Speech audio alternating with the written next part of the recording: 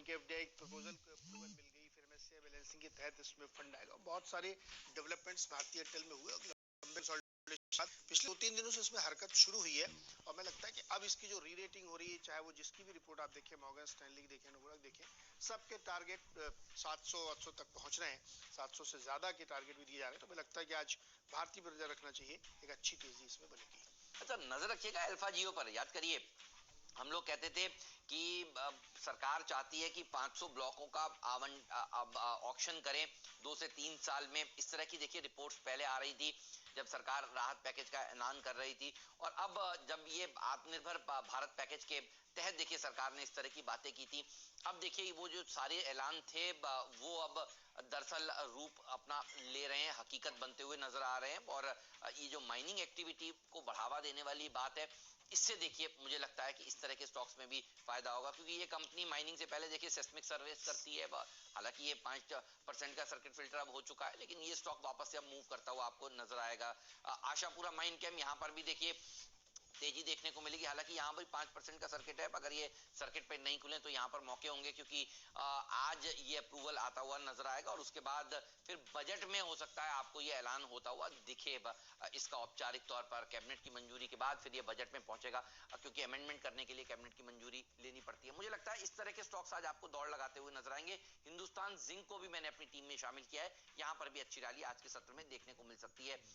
ये भी अच्छा प्रदर्शन दिखाएगा 320 के टारगेट के साथ, इसको भी आज के सत्र में आप अप्रोच कर सकते हैं। तो मेरे 5 खिलाड़ी पूरे हो चुके हैं, Hindustan zinc, Ashapura mine chem, alpha geo, Odisha mineral development corporation और कल का खिलाड़ी आज भी है जीएमडीसी।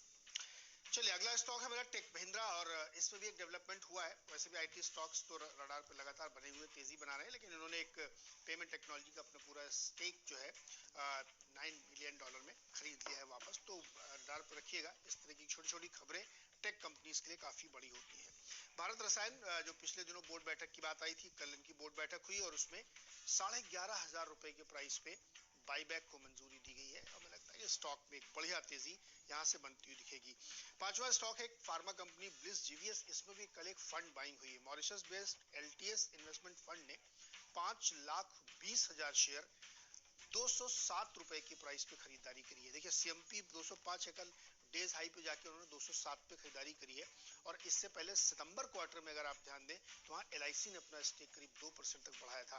तो लगातार फंड बाइंग इस स्टॉक में बनी हुई है और उसके पीछे ठोस कारण है, क्योंकि इनकी अगर आप बैलेंस शीट देखेंगे जाके तो बहुत बढ़िया प्रदर्शन इन्होंने पिछले कई क्वार्टर्स में दिखाया और लगातार इंप्रूव करते जा रहे हैं। तो इसकी वजह से बड़े इन्वेस्टर्स की दिलचस्पी यहाँ पे बन रही। तो ये जो लेटेस्ट फंड आया है जिसमें 5,20,000 शेयर खरीदेंगे, मुझे लगता है इसमें एक बढ़िया तेजी बनती हुई दिखेगी। पिछली बार भी जब हमने एलआईसी के स्टेक बढ़ाने की खबर के ऊपर इसको बताया था, तब इसने अच्छा रिटर्न आपको कमा के दिया था। हमें लगता है इसमें डेफिनेटली खरीदारी करनी चाहिए और लक्ष्य होगा 240 का। तो लॉन्ग पोजीशन बना के चलिए, क्योंकि 207 में तो फंड नहीं खरीदा है, तो वहां से ऊपर ही स्टॉक अब जाएगा और अच्छी तेजी के साथ काम करेगा। तो ब्लिस जीवीएस हमारा 5वां शेयर है। हेमंत, डिपेंडेबल है बीईएमएल, और ये स्टॉक भी बढ़िया प्रदर्शन दिखाएगा, अच्छा तेजी देखने को मिल सकती है। देखिए माइनिंग सेक्टर के लिए इक्विपमेंट बनाने का काम करती है कंपनी, डिफेंस के लिए इक्विपमेंट बनाने का काम करती है। स्ट्रेटेजिक स्टेक सेल होने की खबर तो आपने खुद देख ही ली, और हम लोग पहले से कहते थे 450 के लेवल से कि ये 4 डिजिट वाला शेयर है। 4 डिजिट में आया, 1080 का इसने हाई भी लगाया और उसके बाद वापस देखिए थोड़ा सा फिसलता हुआ नजर आ रहा है, क्योंकि अब ये एक्टिविटी को मंजूरी मिलेगी, अमेंडमेंट्स होते हुए आपको नजर आएंगे।